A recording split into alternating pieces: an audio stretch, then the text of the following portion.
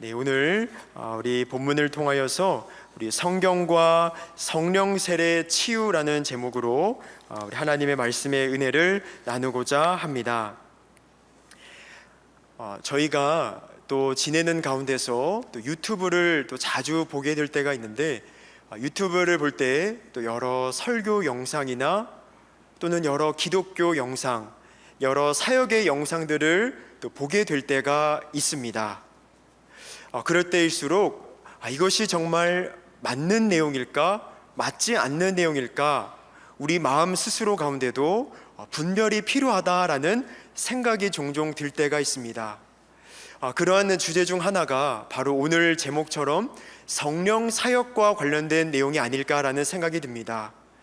성령 세례, 또 성령 충만, 또 성령 사역, 이러한 내용의 영상들을, 또 그러한 여러 정의의 강의나 설교 등을 우리가 때때로 또 접하게 될 때가 있는데, 이런 마지막 때일수록 이 성령 사역, 또 성령님과 관련된 또 옳은 분별이 필요하다는 생각이 듭니다.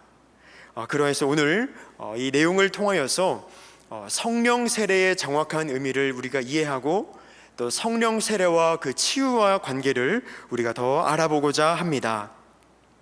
우리 신약 성경을 보면 세례라는 이 용어가 등장하는데, 이 세례라는 용어는 세례 요한 그 기사에서 시작되고 있습니다. 세례 요한은 누구입니까? 세례 요한은 예수 그리스도보다 6개월 먼저 등장하여서 예수 그리스도께서 오실 길을 미리 준비하였던 자였습니다. 어떻게 준비하였습니까? 세례 요한은 이제 등장하실 예수님께서 어떤 분이실지, 그리고 예수님께서 무엇을 하시는 분이실지 미리 정확하게 전하고 소개하고 선포하였습니다. 그러면서 세례 요한은 하나님의 나라가 가까이 왔다, 여기서 하나님의 나라는 하나님의 종말의 심판을 의미하는데, 그 하나님의 종말의 심판이 이제 가까이 왔으니 너희는 하나님 앞에서 회개하고 돌이키라고 그렇게 회개를 강력히 선포하였습니다. 그러자 당시 수많은 사람들은 세례 요한의 그 강력한 선포를 듣고 요단강가로 나와 회개하고 자복하고 또 세례를 받게 되었습니다. 여기서 세례 요한이 물로 베푼 이 세례의 의미는 어떤 것인가? 바로 하나님 앞에서 이렇게 진솔하게 회개한 자들이 하나님께로부터 정말로 용서를 받았다는 그 확인의 증표로서, 저희가 마치 더러운 것을 씻어내는 것처럼 너희가 하나님 앞에서 진솔하게 회개하였으니 하나님께서 너희의 죄를 이처럼 물처럼 너희를 씻어주셨다, 너희를 용서해 주셨다 라는 그 죄의 용서의 확증의 증표로 물로 세례를 베풀었습니다. 이것이 바로 세례 요한이 베푼 그 물 세례의 의미였습니다. 그러면서 세례 요한은 더불어서 이 한 가지를 더불어 선포했는데, 우리 마태복음 3장 11절을 같이 한번 읽어봅니다. 시작. 나는 너희로 회개하기 위하여 물로 세례를 베풀거니와 이는 나보다 능력이 많으시니 나는 그의 신을 들기도 감당하지 못하겠노라. 그는 성령과 불로 너희에게 세례를 베푸실 것이요 라면서, 여기서 성령 세례라는 그 용어가 처음으로 등장합니다. 세례 요한은 말하기를 자신은 물로써 세례를 베푼다, 즉 하나님의 그 죄의 용서의 확증, 확인의 그 표로서 물로 그것을 확인해 준다만, 그러나 내 뒤에 오실 이신 주 예수 그리스도께서는 죄의 용서의 확증의 증표로서 물이 아닌 그것과 비교할 수 없는 성령으로 너희의 죄가 용서받았다는 것을 확증하는 증표로 성령을 부어주실 것이다. 성령 세례의 의미를 첫 번째로 밝혀주고 있습니다. 저희가 더 이제 구체적으로 살펴볼 것이지만, 바로 성령 세례의 의미는 바로 이러한 의미를 갖고 있다는 것입니다. 죄의 용서의 그 확증의 증표로 부어지는 것, 그 은혜, 바로 그것을 성령 세례라고 말하고 있는 것을 우리가 세례 요한의 선포를 통해서 먼저 큰 그림을 그려보게 됩니다. 그러한 의미로서 이제 예수님께서 본보기로서 세례 요한에게 세례를 받으시는 것으로 공생애를 시작하시는데 그 성령 세례의 본보기를 보여주십니다. 우리 마태복음 3장 16절과 17절을 같이 읽어보겠습니다. 예수께서 세례를 받으시고 곧 물에서 올라오실새 하나님의 성령이 비둘기같이 내려 자기 위에 임하심을 보시더니 하늘로부터 소리가 있어 말씀하시되 이는 내 사랑하는 아들이요 내 기뻐하는 자라 하시니라. 아멘. 이처럼 이 세례의 확증으로 성령을 받으시는, 즉 이제 저희가 보게 될 성령 세례의 첫 번째 본보기가 되어 주십니다. 이어서 저희가 이제 구체적으로 성령 세례의 의미를 신약 성경의 여러 사례를 통해서 알아볼 텐데 5가지의 큰 틀거리로 보고자 합니다. 첫 번째 틀거리는 예수 그리스도의 공생의 기사에서 성령 세례를 어떻게 말씀하셨는지 그것을 통해서 성령 세례의 의미를 알아보고, 두 번째로는 더 세밀하게는 이어서 예수님의 12 제자인 곧 사도들과 관련된 그 성경 말씀 가운데 성령 세례를 어떻게 말씀하고 있는지, 그리고 이어서는 또 다른 지도자, 평신도 지도자였던 초대교회의 평신도 지도자 곧 7 집사들, 그들과 성령 세례 그것을 알아보고, 마지막으로는 사도 바울의 기사 가운데 나타난 성령 세례의 의미를 알아봄으로써 이렇게 구체적으로 성령 세례의 의미를 알아보고자 합니다. 성령 세례란 어떤 의미인가? 예수님의 공생의 기사 가운데서 알아보고자 하는데, 공생의 기사가 많이 있는데 그 중에서 3가지 본문을 통해서 우리가 그 의미를 알아보고자 합니다. 첫 번째는 요한복음 3장입니다. 요한복음 3장을 보면 당시 니고데모라는 바리새파요 유대교 종교 지도자가 밤중에 예수님을 조용히 찾아옵니다. 그리고 긴히 묻습니다. 선생님, 제가 어찌하여야 영원한 생명을 얻을 수 있습니까? 라고 여쭙습니다. 그러자 예수님께서 이렇게 말씀하시는데, 우리 함께 우리 요한복음 우리 3장 우리 5절을 같이 한번 보겠습니다. 시작.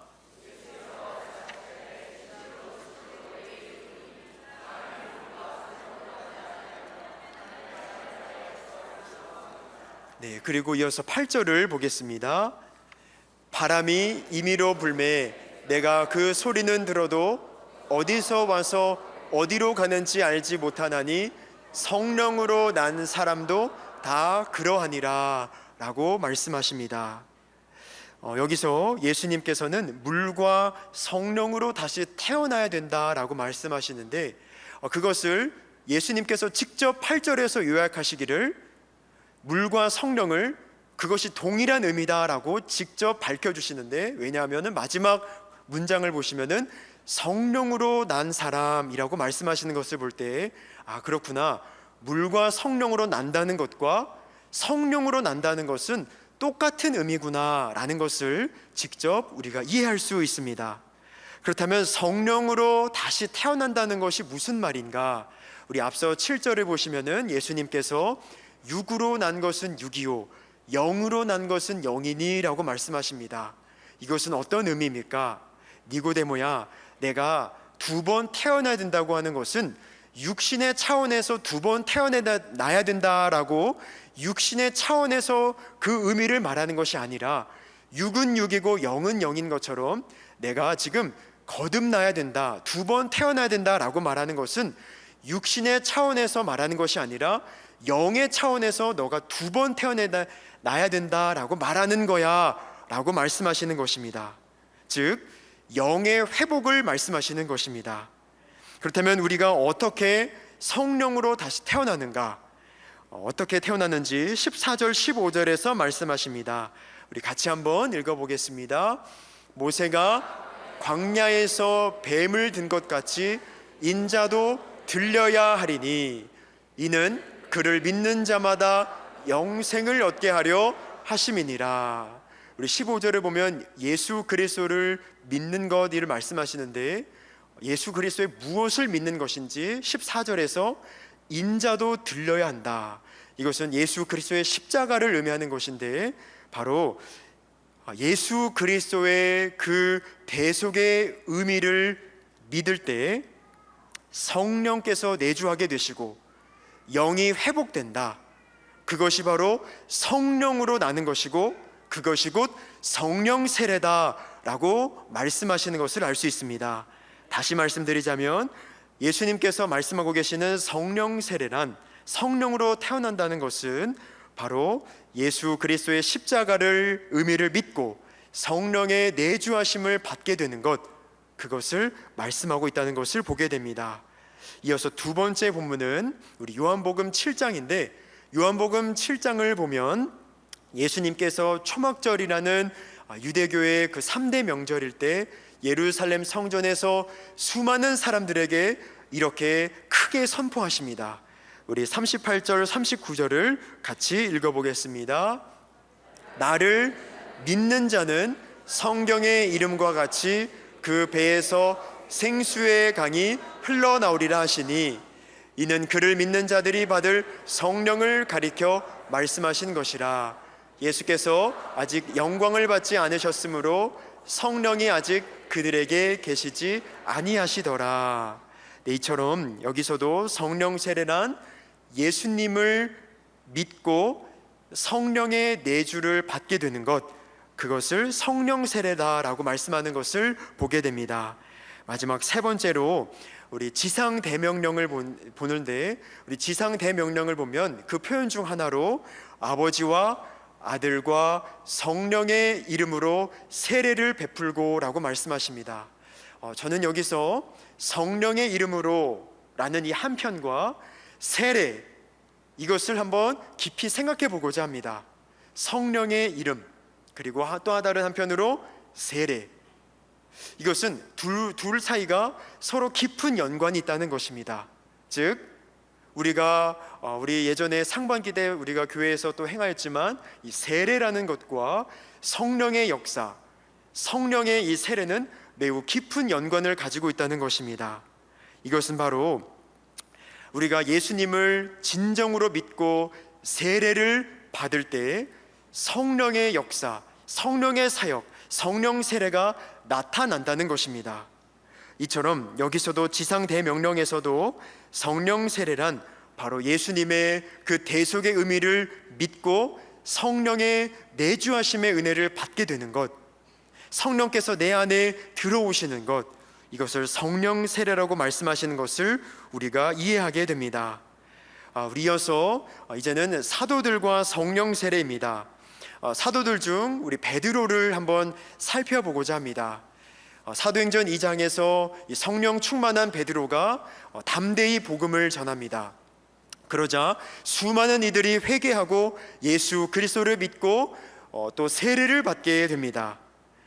성령 세례의 현장이었던 것입니다. 우리 2장, 사도행전 2장 38절을 같이 한번 읽어보겠습니다. 베드로가 이르되 너희가 회개하여 각각 예수 그리스도의 이름으로 세례를 받고 죄 사함을 받으라. 그리하면 성령의 선물을 받으리니 라고 예수 그리스도를 믿는 것과 이 성령의 선물, 성령 세례를 연결시키고 있다는 것을 보게 됩니다. 그리고 이어서 또 다른 우리 추가적인 의미는 우리 사도행전 3장에서 이제 베드로가 또 요한과 함께 성전으로 올라가다가 예수 그리스도의 이름으로 또 나면서부터 안진뱅이였던 자를 일으키게 됩니다. 치유의 역사가 일어납니다. 이 베드로뿐만 아니라 사도행전을 보면 베드로를 포함한 사도들은 성령 충만하였고 복음을 전하였는데, 여기서 우리가 예수 그리스도의 공생의 기사와 또 다르게 우리가 추가적으로 알 수 있는 것은 복음 전도의 이 놀라운 회심의 역사 가운데 하나님의 놀라운 치유의 역사가 병행되고 있다는 것입니다. 즉 이 복음을 통한 영혼의 치유만 있을 뿐만 아니라 하나님께서는 실제적인 실제적인 치유의 역사도 함께 나타내어 주신다는 것을 보게 됩니다. 우리 사도행전 5장 12절부터 14절을 같이 한번 읽어보겠습니다. 사도들의 손을 통하여 민간의 표적과 기사가 많이 일어나매 믿는 사람이 다 마음을 같이하여 솔로몬 행각에 모이고 그 나머지는 감히 그들과 상종하는 사람이 없으나 백성이 칭송하더라. 믿고 주께로 나오는 자가 더 많으니 남녀의 큰 무리더라. 아멘. 이처럼 복음 전도의 현장, 즉 영혼의 회복, 영혼의 치유의 역사뿐만 아니라 그 가운데 실제적인 치유의 역사가 함께 병행되고 있다는 우리 또 다른 의미를 보게 됩니다. 우리 이어서 이제 7 집사들의 기사를 통해서 우리 성령 세례의 의미를 또 한 번 더 확인해 보고자 합니다. 초대교회 가운데는 이러한 사도들뿐만 아니라 평신도 지도자들, 바로 7 집사들도 있었습니다. 이처럼 성령 충만하였던 7 집사들은 안으로는 교회의 성도들을 돌아보았을 뿐만 아니라 교회 바깥으로도 나가서 담대히 복음을 전하는 자들이었습니다. 그 대표적인 예가 바로 스데반 집사입니다. 이 스데반 집사는 당시 유대인들 가운데서 나사렛 예수, 너희가 십자가에 못 박은 그 나사렛 예수께서 바로 구약 성경의 그 메시아요 그리스도이신 것을 구약 성경의 여러 말씀들을 가지고 예증합니다. 변론합니다. 그들은 이 스데반을 당할 수 없다는 것을 알게 되자 결국 스데반을 신성모독의 죄로 몰아서 그를 돌로 쳐 죽이게 됩니다. 스데반은 순교하게 됩니다. 이어서 이 스데반의 순교 이후 교회를 향한 그 핍박과 박해는 더욱 거세집니다. 그러자 7 집사뿐만 아니라 이 사도들, 모든 제자들은 이 핍박을 피하고자 뿔뿔이 여러 먼 지역들로 흩어지고 도망치게 됩니다. 그런데 사실 여기 가운데는 하나님의 섭리가 숨겨져 있습니다. 예수님께서 사도행전 1장 8절에서 분명 어떻게 말씀하셨습니까? 오직 성령이 너희에게 임하시면 성령이 너희에게 임하시면 너희가 권능을 받고 예루살렘과 온 유대와 사마리아와 땅끝까지 이르러 내 증인이 되리라 라고 말씀하십니다. 이제 어느덧 이제 사도행전 어느 정도 이제 3장, 4장, 5장을 지나고 6장, 7장을 지나고 있는데 이 집사들과 사도들은 예수님의 이 사도행전 1장 8절을 온전히 순종하지 못하고 있었습니다. 왜 그랬을까요? 아직 예루살렘과 유대 지역 가운데만 머물고 있었다는 것을 보게 됩니다. 그런데 이 핍박을 통해서 이것은 또 다른 하나님의 의미의 섭리였는데 이것을 통해서 이들은 뿔뿔이 흩어지게 됩니다. 사도행전을 보면 이들은 사마리아를 가게 됩니다. 그리고 여러 그 먼 지경으로 나아가게 됩니다. 이것은 또 다른 하나님의 주권적인 섭리였다는 것입니다. 그 대표적인 예가 빌립 집사는 사마리아로 가서 복음을 전합니다. 편견을 깨고 이제 사마리아로 가서 복음을 전하고 그 가운데 그리스도인들이 생겨나 사마리아 교회가 생깁니다. 이 소식을 들은 베드로와 요한은 사마리아 교회를 방문합니다. 그리고 그 성도들을 만나서 격려하고 그들에게 안수함에 성령 충만의 은혜가 부어졌다고 말씀합니다. 우리 사도행전 8장 14절과 17절을 같이 한번 읽어보겠습니다. 예루살렘에 있는 사도들이 사마리아도 하나님의 말씀을 받았다 함을 듣고 베드로와 요한을 보내매 이에 두 사도가 그들에게 안수함에 성령을 받는지라 라고 말씀하고 있습니다. 이어서 이제 마지막으로 또 사도 바울과 성령 세례입니다. 이 사도들 또 사도행전의 이 7 집사뿐만 아니라 더 유명한 사도 바울의 행적을 보면 사도 바울의 일생은 한마디로 전도자였습니다. 우리 사도행전 20장 24절을 같이 한번 읽어보겠습니다. 내가 달려갈 길과 주 예수께 받은 사명 곧 하나님의 은혜의 복음을 증언하는 일을 마치려 하면은 나의 생명조차 조금도 귀한 것으로 여기지 아니하노라. 이처럼 사도 바울의 일평생은 바로 전도자였습니다. 그런데 사도 바울의 이 전도 사역 가운데도 나타나는 것은 바로 병행되는 하나님의 치유의 역사라는 것입니다. 복음 전도를 통해서 영혼이 살아나고 하나님과 관계가 회복되는 그 역사 가운데 하나님께서는 그 선물뿐만 아니라 또 다른 실제적인 치유와 회복의 역사의 그 선물까지도 주신다는 것입니다. 우리 사도행전 19장 12절을 같이 한번 읽어보겠습니다. 심지어 사람들이 바울의 몸에서 손수건이나 앞치마를 가져다가 병든 사람에게 얹으면 그 병이 떠나고 악귀도 나가더라. 아멘. 이제 말씀을 맺으면서 이상 우리 신약 성경에서 말씀하고 있는 우리 성령 세례와 관련된 본문들을 살펴보았습니다.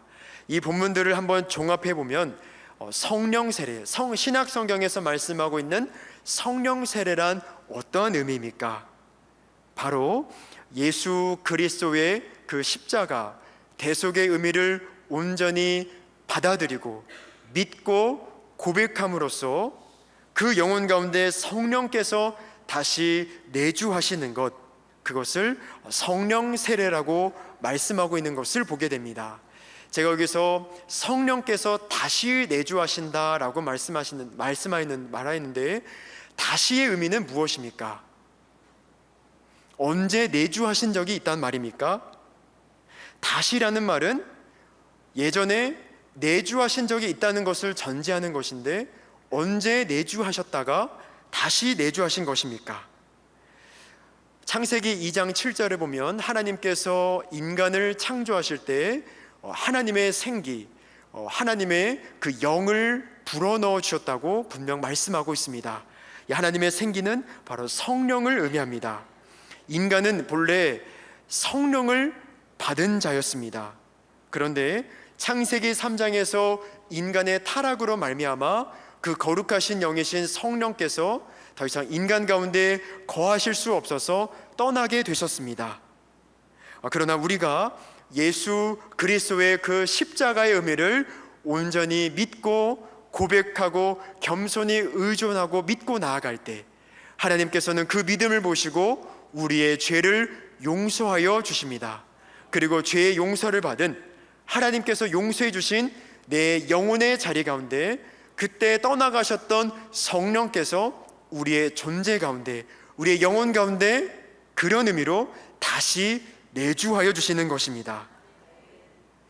그러니 우리의 영이 회복되는 것입니다. 하나님과 관계가 회복됩니다.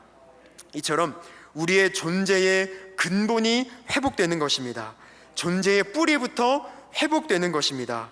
그러니 우리의 줄기라고 말할 수 있는 우리의 지, 정, 의의 영역이 조금씩 빛을 갖게 되고 회복되고 다시 질서를 갖게 됩니다. 강건하게 됩니다. 그리고 또한 그뿐만 아니라 그것은 고스란히 우리의 신체, 우리의 몸, 우리의 그 육신의 건강과 회복으로도 이어지고 또 우리의 삶 가운데도 회복과 질서와 그 충만이 주어지게 되는 것입니다. 그래서 우리 통성경 교재를 보면은 이렇게 말씀하고 있는데 이 표현이 너무나도 확실하고 좋아서 제가 가감없이 그 내용 그대로 소개해드리고자 합니다. 우리는 몸에 병이 낫는 것, 그리고 우리의 모든 문제가 해결되는 것이 예수님을 믿고 받는 최고의 복이라 생각합니다. 그러나 가장 중요한 것은 예수 그리스도를 성경의 기록대로 정확하게 알고 믿는 것이 최고의 치유라는 사실입니다. 그렇습니다. 우리 누가복음 4장 18절부터 19절 오늘 본문 가운데 있었는데 같이 한번 다시 읽어보겠습니다. 주의 성령이 내게 임하셨으니 이는 가난한 자에게 복음을 전하게 하시려고 내게 기름을 부으시고 나를 보내사 포로된 자에게 자유를 눈먼 자에게 다시 보게 함을 전파하며 눌린 자를 자유롭게 하고 주의 은혜의 해를 전파하게 하려 하심이라 하였더라. 아멘. 이 본문은 예수님께서 이제 공생애를 시작하실 때 그 고향 회당에서 나아가셔서 이제 이 본문을 펼치시고 이제 예수 그리스도께서 어떤 분이신지 어떤 사역을 펼치실지 그 실마리를 말씀하고 계시는 것입니다. 여기 보시면 예수 그리스도의 이 사역, 즉 복음을 통해서 여기 보시면은 이 누가복음 4장 18절부터 19절은 중의적인 의미를 지니고 있습니다. 영적인 의미도 지니고 있고 실제적인 의미도 지니고 있습니다. 그래서 예수님을 믿음으로 말미암아 영적으로 가난하고 포로되고 눌렸던 자들이 정말 해방과 자유와 행복을 누리게 되고, 또 실제적으로도 그 가난의 영 가운데 묶였던 자들, 또 삶의 여러 사슬 가운데 포로되었던 자들, 눈이 멀었던 자들, 어둠 가운데 거했던 자들이 삶 가운데도, 또 육신의 영역 가운데도, 또 생각과 감정과 의지 등 모든 전인격적인 면에서 빛을 보게 된다는 놀라운 전인적인 치유의 사역을 일으키실 것을 말씀하고 계시는 것입니다. 이것은 무엇을 말씀하는 것입니까? 바로 이것은 복음을 통해서 성령 세례를 받게 되고, 또 성령 세례를 통하여 전인격적인 치유가 일어난다는 것을, 그 논리적인 연결고리를 말씀하고 있는 것입니다. 사랑하는 성도님 여러분, 우리 주변 가운데도 우리가 정말로 소중히 여기고 매일 마주치는 이들이 있습니다. 우리 그들은 정말 예수 그리스도를 믿고 있는 자들입니까? 그들에게 있어서 가장 긴급하고 시급한 것은 바로 영혼의 회복이 아니겠습니까? 그리고 그것을 통하여 전인격적인 치유를 경험하는 그 회복의 은혜가 아니겠습니까? 우리가 우리 주변 가운데 있는 이웃이나 이웃집의 그분들이나 또는 우리 직장과 사업장이나 여러 일터 가운데서 만나는 이들 가운데 예수 그리스도를 전하는 자가 되기를 간절히 소망합니다. 또한 더불어서 추가적으로 깨닫게 된 것은 이 전도 현장 가운데서 성령께서 더 강력하고 더 깊이 역사하신다는 것입니다. 우리 성경의 여러 사례를 통해서 우리가 볼 수 있었던 것처럼 우리가 복음 전도 현장 가운데 특별히 이 치유의 역사가 더 강력하게, 더 실제적으로 일어난다는 것입니다. 우리 마가복음 16장 17절 18절을 같이 읽어보겠습니다. 시작.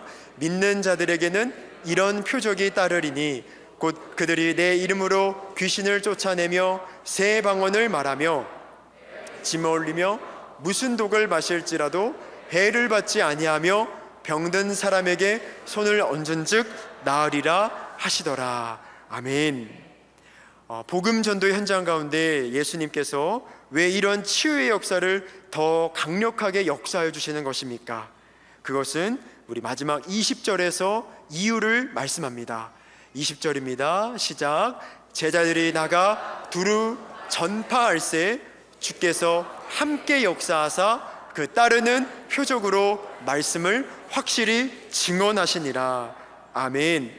복음 전도의 현장이 얼마나 긴급하고 간절한 현장이면, 하나님의 마음 가운데 얼마나 긴급하고 간절한 현장이면 진리가 진리라는 것을 친히 확증해 주시고자 증거를 주시는데, 바로 실제적으로 볼 수 있는 치유의 역사로 증언하여 주신다고 약속하고 계시고 말씀하고 계십니다.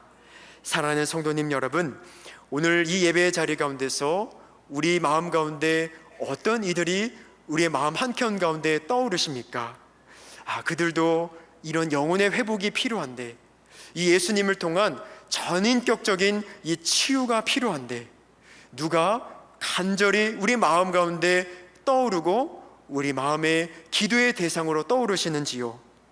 우리가 그들을 붙잡고 놓지 않고 기도하는 자가 되기를 소망합니다. 기도의 끈을 놓았다면 다시 붙잡고 나아가기를 소망합니다. 그리고 그들에게 또 하나님께서 또 주시는 지혜를 따라 복음을 전하기를 소망합니다. 그리고 복음 전도의 현장 가운데 어떤 문제가 있는지, 또 어떤 혹시 질환이 있는지 물어보고, 담임 목사님께서 말씀하시는 것처럼 우리가 이 하나님의 말씀을 굳건히 믿고 그 자리에서 내가 직접 믿음으로 예수 그리스도의 이름으로 선포하고 기도하는 것입니다. 그럴 때 이 복음을 통한 전인격적인 치유를 경험하게 되는 은혜를 우리가 모두 경험하게 되실 줄 믿습니다. 또 한 가지 예시로서 이것만 말씀드리고 찬양하고자 하는데, 최근 이제 몇 주 전 이제 금요일 전도대 사역을 제가 담당하고 있는데, 요즘 날씨가 너무 더워서 우리 서산의료원, 한 주는 서산의료원, 또 다른 한 주는 서산중앙병원에서 우리 안팎에서 우리 함께 우리 권사님, 집사님 분들과 전도하고 있습니다.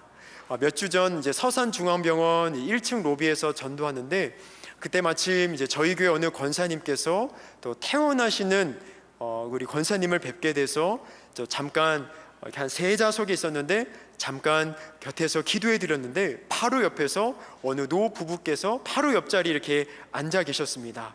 권사님 계시고 그 옆자리에 어느 우리 여성분 계시고 남성분 계시고, 근데 옆에서 제가 우리 권사님 옆에서 우리 함께 더 강건해지실 수 있도록 또 기도하는데, 여러 권사님과 함께 기도하는데 우리 옆에 계시는 그 노 부부께서 이렇게 훌쩍훌쩍 울고 계시는 것입니다. 그래서 가만히 그 기도를 들으시면서 울고 계시는 것입니다. 그래서 우리 권사님께서 사인을 주셔서, 목사님 저 부분 마음을 열어주시는 것 같은데 복음을 전해보세요 라고 해서 제가 곁에서 또 복음을 전하였습니다. 근데 이미 마음이 준비된 분이셔서 복음의 내용을 로비였지만 그 자리에서 들으시고 또 영접 기도를 따라하시고, 또 우리 권사님 분들과 함께 그 치유가 일어날 수 있도록 함께 기도하는 그런 역사가 있었고, 또 저희 교회를 소개해드리는 그런 역사가 있었습니다. 이처럼 복음 전도의 현장은 정말로 이 영혼의 회복과 치유, 이 구원의 은혜뿐만 아니라 정말로 이렇게 놀라운 치유의 은혜가 일어나는 현장인 줄 믿습니다. 그 현장을 우리도 꿈꾸면서 나아가기를 간절히 소망합니다.